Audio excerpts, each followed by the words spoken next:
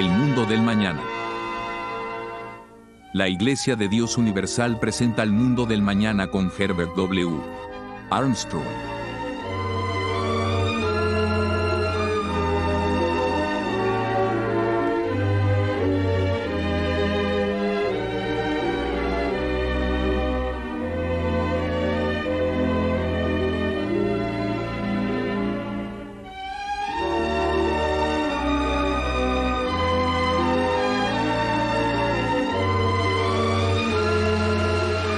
Damas y caballeros, Herbert W. Armstrong.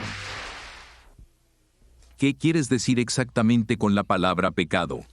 ¿Qué es exactamente el pecado? ¿Cuál es la definición bíblica? Ya sabes, hace unos 45 años, en la ciudad de Springfield, Oregón, un evangelista de Los Ángeles estaba realizando una campaña evangelística bajo una carpa. Había traído consigo a unos 4 o 5 jóvenes en edad universitaria. Jóvenes muy guapos y atractivos, jóvenes de aspecto inteligente, cada uno con una Biblia bajo el brazo, y deambulaban por las calles, costando a todos los que pudieran, e invitándolos a venir a la carpa. Dijo que Cristo murió por nuestros pecados. Bueno, sí, ya lo sé. Pero, ¿qué quieres decir con pecado? ¿Por qué murió? Si tengo que dejar de pecar, ¿qué tengo que dejar de hacer? ¿Qué he estado haciendo mal?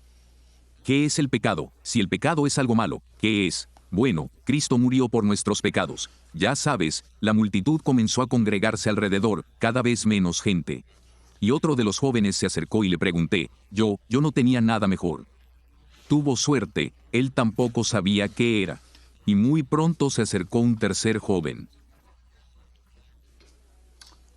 Y él corrió a buscar al evangelista en persona. Así que le dije, quiero la definición bíblica del pecado. Tal como lo define un diccionario, yo quería que el pecado fuera. Y luego la definición en la Biblia en pocas palabras. Lenguaje, ¿qué es? ¿Cuál es su definición? Podrías consultar la Biblia y citarla para mí. Tienes la capacidad para hacerlo. Predicar en esta campaña evangelística. Tienes la capacidad para decirle a la gente lo que tienen que dejar de hacer. Estaba disgustado. Le dije, sé que lo sabes, pero no quieres contárselo a la gente. Él dice, vamos, Fel, alejémonos de este tipo. Para entonces ya se había congregado bastante gente alrededor. El evangelista y sus jóvenes se marcharon. Me volví hacia la multitud, y uno de ellos se rió y dijo, bueno, alguien que no sabe cómo hacer la pregunta correcta, se enreda por completo. Aparentemente lo que está en su propia Biblia, y yo dije, me pregunto si te gustaría saber qué dice la Biblia sobre qué es el pecado. Sí, dijeron que lo harían. Yo dije, bueno, simplemente sucede por accidente. Casualmente tenía una Biblia en mi maletín, así que la saqué.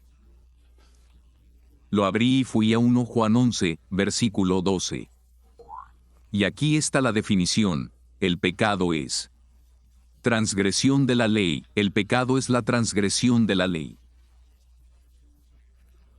Por supuesto, se refiere a la ley de Dios. El pecado es la transgresión de la ley de Dios. Parece que las distintas iglesias tienen definiciones diferentes de lo que es pecado. Recuerdo que cuando era niño, me crié en una familia protestante muy respetable.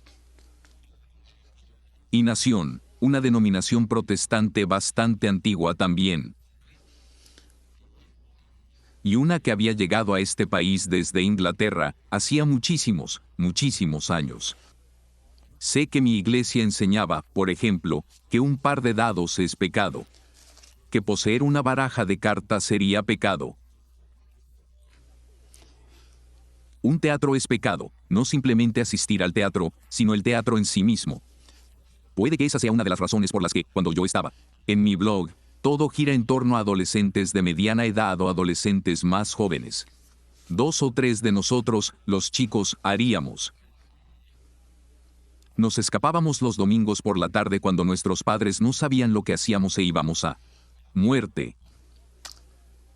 Queríamos aprender a pecar. ¿Qué es lo que hace que la gente quiera pecar? Ahora bien, si quieres pecar, quizá quieras saber algo más que Dios dijo.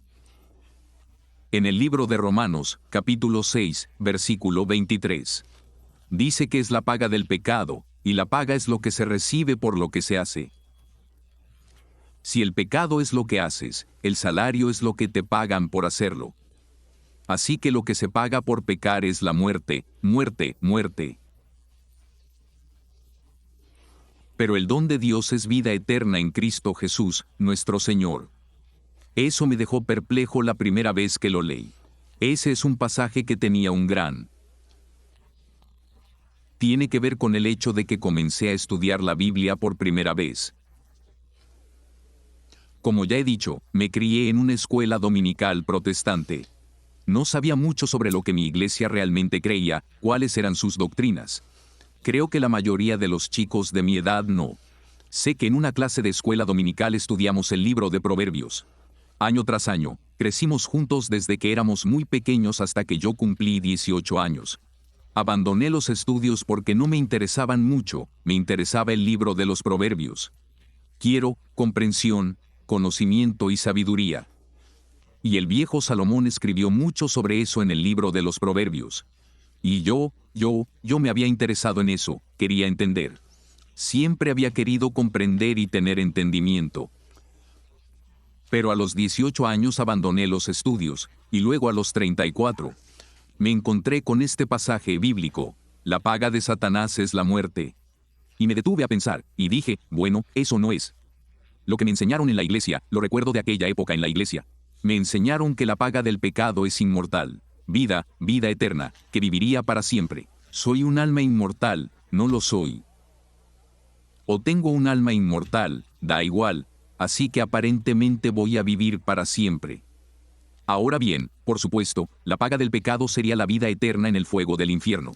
Estarías ardiendo eternamente, pero nunca te consumirías del todo. Y luego la última parte de esa misma S dice: pero el don de Dios es la vida eterna mediante Jesucristo nuestro Señor.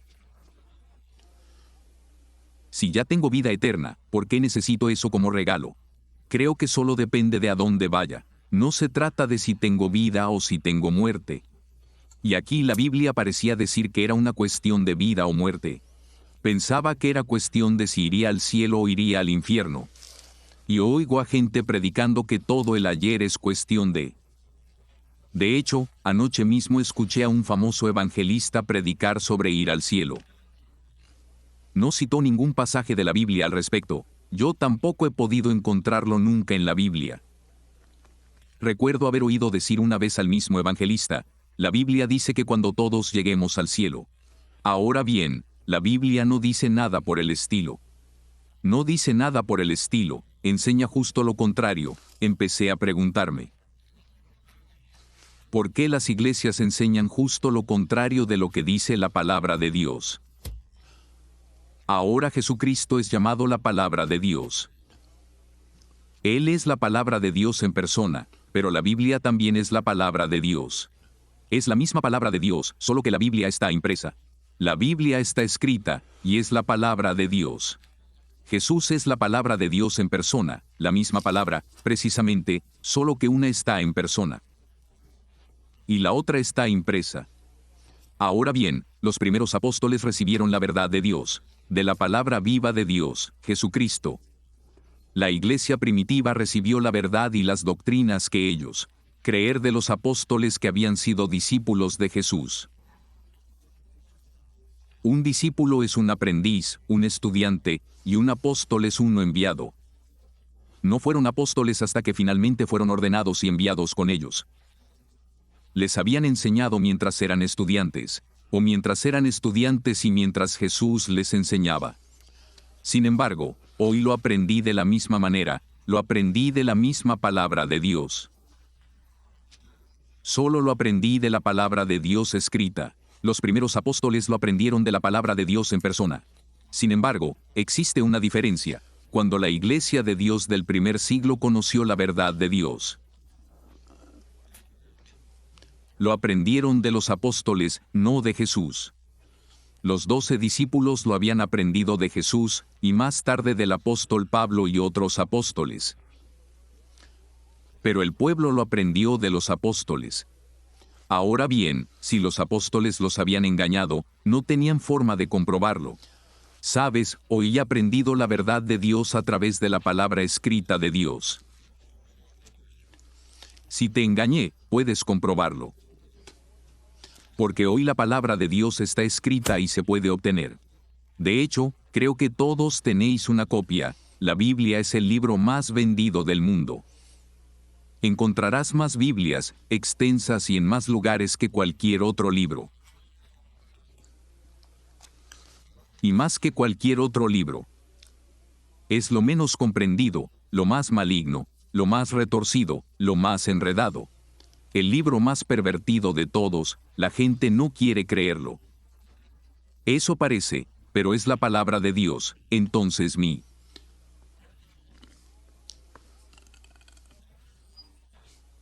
Me empezó a dar vueltas la cabeza cuando leí este pasaje que te acabo de leer.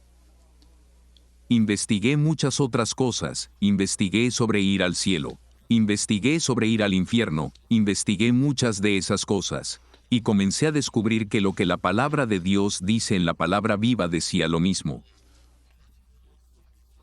Y la palabra escrita dice lo mismo. Es justo lo contrario de lo que muchas iglesias enseñan hoy en día, aunque parezca mentira. En el libro de Juan en el Nuevo Testamento. El Evangelio de Juan, el primer capítulo, en los primeros 4 versículos.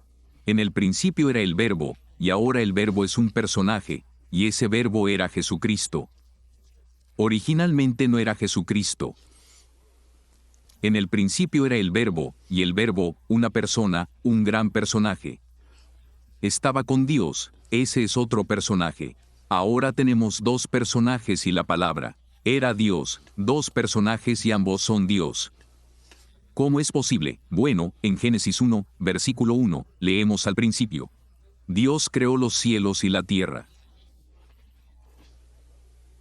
Dios creó los cielos y la tierra, pero la palabra para Dios allí.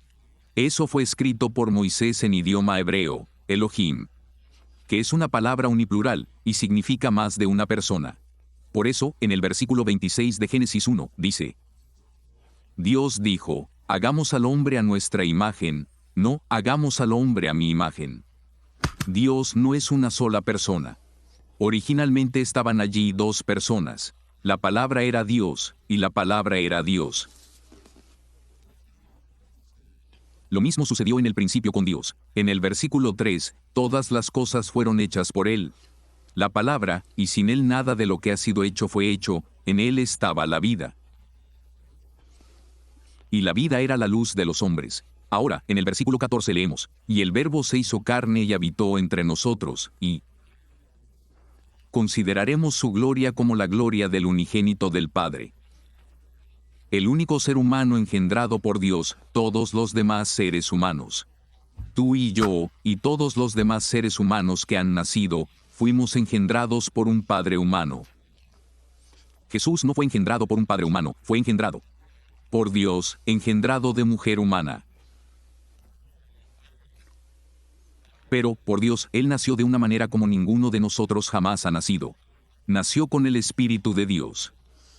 Solo podemos tener el Espíritu de Dios mediante el arrepentimiento y la fe en Cristo. Y verdadero arrepentimiento y verdadera fe y creer en Él.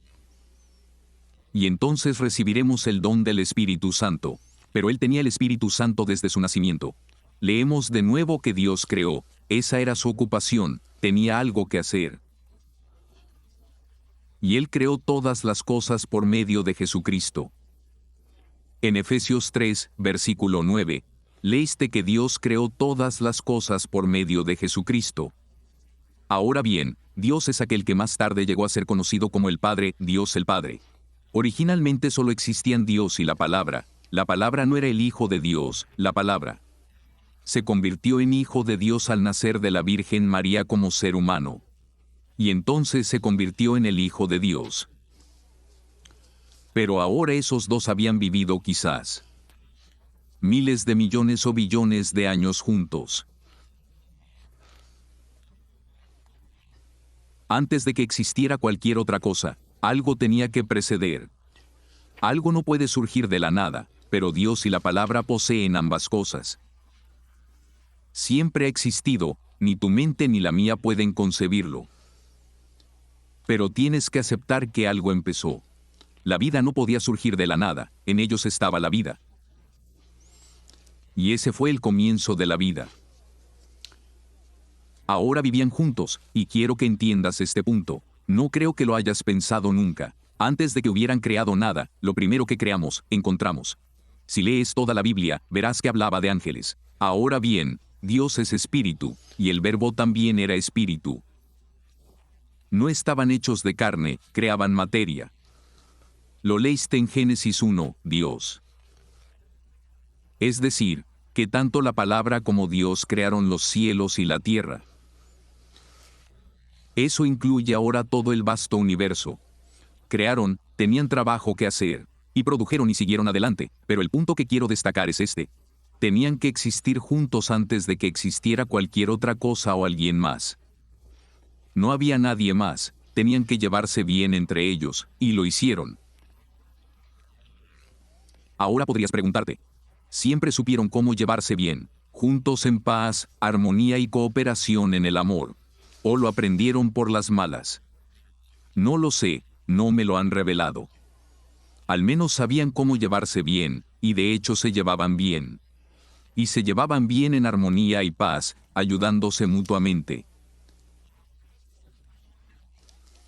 Uno de ellos se convirtió en Jesucristo hace unos años, alrededor de 1950.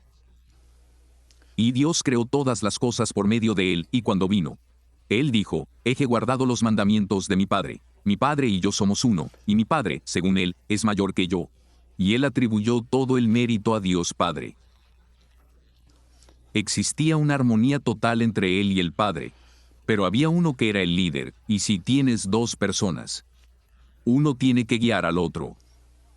Dos personas están casadas y no les gusta el mandato de Dios de que el marido es la cabeza de la mujer, eso es lo que dice Dios. Dios Todopoderoso dice eso es lo que Él dice. Pero a los jóvenes de hoy no les gusta eso, especialmente a las chicas jóvenes. Dicen, oh no, era 50/50, queremos que sea 50/50. No se puede ser 50/50, juntar a dos personas. Hay que ser el líder, siempre habrá un líder. Inevitablemente sucederá así que si tienes un matrimonio 50/50, te diré quién manda en esta casa, y seguro que adivinas. Tan buena como la mía y no es culpa del hombre. Pero debería ser así, pero él debería gobernar como Dios lo hace con amor. En paz, en armonía, en cooperación. Ahora estaban los dos y tenían que llevarse bien. Pero tenían que producir, tenían algo que hacer. Eran creadores y estaban creando, y tenía que diseñar lo que se iba a crear. Tenían que elaborarlo y planificarlo, tenían que pensarlo y luego diseñarlo. ¿Y cómo se llevaban? Se llevaban bien viviendo de una manera que reflejaba una determinada actitud mental puesta en práctica. Poner en acción, poner en movimiento, poner en vida. Una forma de vida, y esa forma era el amor. Amor mutuo. Dios Padre es amor. Él amaba a su Hijo, dijo cuando Jesús nació, este es mi Hijo amado, en quien me complazco. Jesús amaba al Padre. Pero el Padre también nos quería tanto a ti y a mí que Él entregó a su único Hijo para pagar por tus pecados y los míos. Él nunca había pecado, había nacido con el Espíritu Santo de Dios. Vivió una vida perfecta, fue tentado en todo sentido. Aun como tú y yo, Él era humano además de divino, y sufrió. Ante cada tentación, quería hacer todas las cosas de la carne y de la mente y de vanidad. Él quería vivir como tú y como yo. El camino de la vanidad y la exaltación del yo, pero él nunca lo hizo. Él siempre decía, mi Padre es más grande que yo. Nunca se atribuyó méritos ni gloria a costa de su Padre. Jesucristo siempre fue obediente. Y nunca pecó, y cuando lo hizo voluntariamente, lo ejecutaron, y no habrían podido ejecutarlo si él no lo hubiera permitido. Murió en tu lugar y en el mío. Ahora que tú has pecado, yo también. Y la gente saca a relucir algunos de los pecados que has cometido en el pasado. Pero si os habéis arrepentido de ellos y os habéis apartado de ellos, y aceptaste a Jesucristo como tu Salvador para pagar la pena en tu lugar, ya están pagados y ya no están en tu contra. Cristo vino y murió. Tuvo una vida perfecta, no heredó la pena de muerte. Pero Él lo pagó por ti, y lo pagó por mí. No puedo evitar de que me puedan acusar en el pasado. Todo queda limpio, la muerte de Jesucristo borra todo rastro de culpa. Y se lo debo a Él, y a Dios Padre, por ello. Porque Él dio a Cristo. Y el Hijo amaba al Padre, pero también le obedecía. Él tenía lealtad, es un camino, y eso se convirtió en la ley de Dios, y es una sola palabra, amor. Ahora bien, esa ley se traduce en lo que llamamos los dos grandes mandamientos. Uno es, amarás al Señor tu Dios con toda tu mente y con todo tu corazón, tu alma y tu fuerza, y el segundo es semejante a él. Amarás a tu prójimo como a ti mismo, es amor hacia Dios, amor hacia el prójimo. Ahora bien, los 10 mandamientos, los 4 primeros te dicen cómo amar a Dios. Los últimos 6 de los 10 mandamientos te dicen cómo amar a tu prójimo. Es así de simple. Ahora, ¿qué es el pecado? Pecado. La transgresión de la ley, como leerás en 2 Corintios 3, versículo 6. Que nosotros, los ministros bajo el Nuevo Testamento, somos ministros del Espíritu. No se refiere a la letra de la ley, sino al Espíritu, ese es el significado obvio. El principio o intención obvio, es el principio del amor, y el amor siempre fluye hacia afuera. Es dar, es someterse a Dios, es exaltar a Dios por encima de uno mismo, es toda la gloria sea para Dios, es humildad. Es obediencia, pero también es dar. Y Dios es el mayor dador de todos. El pecado es entonces adquirir, el pecado es vanidad. El pecado es el camino que ha tomado este mundo, como se relata en la primera carta de Juan. Aquí tenéis una definición de pecado. Todo lo que hay en el mundo, la concupiscencia de la carne, la concupiscencia de los ojos, la vanagloria de la vida. No proviene del Padre, sino del mundo, del deseo, de la vanidad, de todas esas cosas. El pecado no es solo cuestión de unos pocos pequeños leyes específicas y quisquillosas hasta que tengas que explicarlas detalladamente. Ya sabes, las leyes de los hombres son diferentes. Cada policía está obligado a hacer cumplir al menos 6. Tantas leyes como su mente pudiera recordar. Porque tenemos tantas leyes, Dios solo tiene una, pero se extiende, se aplica. En todo momento, amor hacia Dios, amor hacia el prójimo, como te amas a ti mismo y al ser. Tu propio cuerpo es el templo del Espíritu Santo. Dios te da la responsabilidad de cuidarlo, de protegerlo y mantenerlo sano. Mantenerlo bajo tu propio control, y muchos de nosotros ni siquiera nos queremos tanto a nosotros mismos. Y no amamos a los demás. El pecado es el camino para obtener, el pecado es el camino de me amo a mí mismo, el pecado es vanidad. El pecado consiste en exaltar el yo. Dios y Jesús no vivieron así. Vivían en cooperación y tenían paz. Y cuando al mundo se le enseña a vivir de esa manera, y así será, cuando Cristo regrese con poder, y con gran autoridad, como pronto vendrá. Él va a gobernar todas las naciones del mundo e imponer el camino del amor. Y la humanidad se verá obligada a ello. Ser feliz, tener paz y estar alegre. Y descubrir, por fin, que la vida realmente merece la pena vivirla plenamente. Pues que Dios te acompañe ese día. Ahora me gustaría ofrecerles una vez más un folleto que ya he mencionado anteriormente. Es un pequeño folleto que dice nunca antes. Comprendió por qué la humanidad no puede resolver sus males. ¿Qué le pasa a este mundo? Contemplen la paradoja, contemplen las cosas maravillosas que se han hecho en el siglo XX. Contemplen los maravillosos logros de la ciencia, de gobiernos de seres humanos y, sin embargo, miren nuestros males. Mira todo lo que nos estamos haciendo los unos a los otros. Ya he mencionado este folleto anteriormente. No hay ningún cargo. Con mucho gusto le enviaré una copia, nunca antes entendido. Y también le enviamos una copia de muestra de la verdad. Y puedes tener una suscripción anual, sin ningún coste de suscripción. Pero recibe una copia de muestra, es una de las revistas de mayor tirada del mundo, con más de 4 millones de ejemplares. Se envían copias cada mes y no van a nadie más que a quienes se suscriben para sí mismos. Espero que sí. Aquí tenéis un artículo destacado. Europa, victorias del cambio antes de la tormenta. Aquí tenéis un artículo, la muerte de un estadista. Este era el número de diciembre de 1981. Las leyes de la salud radiante. Una última mirada a un vecino extraordinario, es una última mirada. En Saturno y Júpiter y muchas ilustraciones en hermosos colores. Y luego la batalla por Europa Central. Es una revista de comprensión, y explica qué está sucediendo en el mundo y qué va a suceder según las profecías bíblicas. Aquí hay un cuadro comparativo de los armamentos del mundo. Teniendo en cuenta la cantidad de dinero que gastan las diferentes naciones en educación y en salud física, muchos de ellos gastan más en armamento que en otros aspectos. Se centran en la educación, la salud física y temas por el estilo. Aquí tenéis un artículo que cuenta una historia de ida y vuelta al infierno, la de un hombre que realmente fue al infierno y regresó.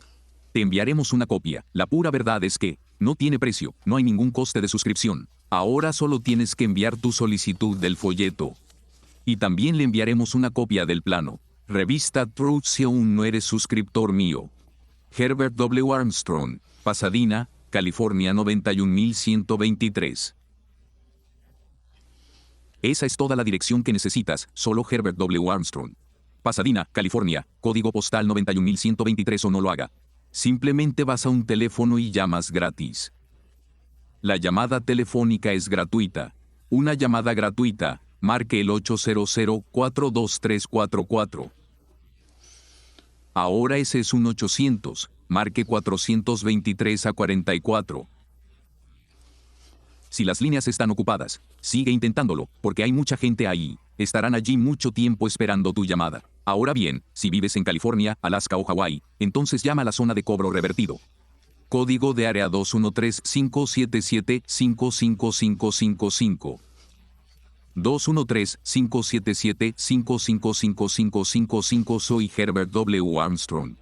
Adiós, amigos, por la literatura gratuita que ofrece este programa, escriban a Herbert